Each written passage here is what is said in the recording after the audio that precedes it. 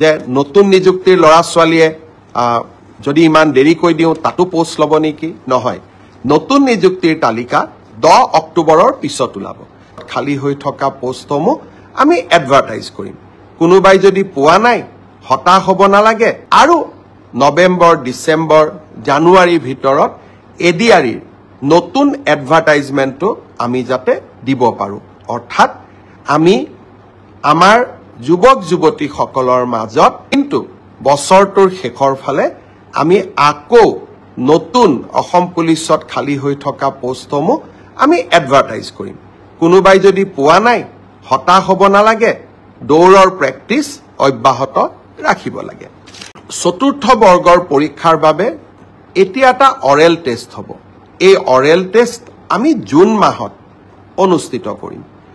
লগে লগে এডিআৰি তৃতীয় বৰ্ষৰ পাছ কৰা ছাত্ৰ ছাত্ৰীসকল বা যুৱক যুৱতীসকলৰ বাবে এটা স্কিল টেষ্ট হ'ব সেই স্কিল টেষ্টটো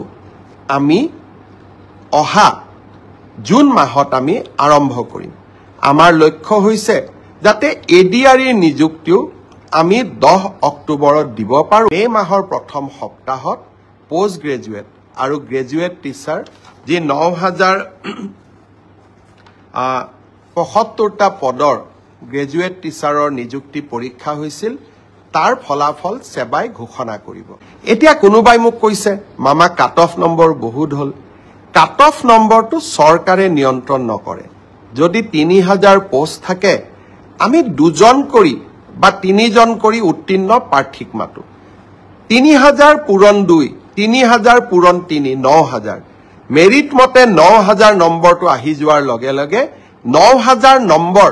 লাভ কৰা ব্যক্তিজনৰ যেটো নম্বৰ সেইটোৱে কাট অফলৈকে ৰূপান্তৰিত হয় কাট অফ কোনেও বনাই নিদিয়ে কাট অফ ছাত্ৰ ছাত্ৰীসকলৰ পৰীক্ষাৰ ফলাফলে নিৰ্ণয় কৰে কোনোবাই যদি ভাবে যে কাট অফ বেছি হৈছে তাৰ মানে ইয়াকে বুজাব পাৰি যে সঁচাকৈ এইবাৰ পৰীক্ষাৰ ফলাফল যোৱা বাৰতকৈ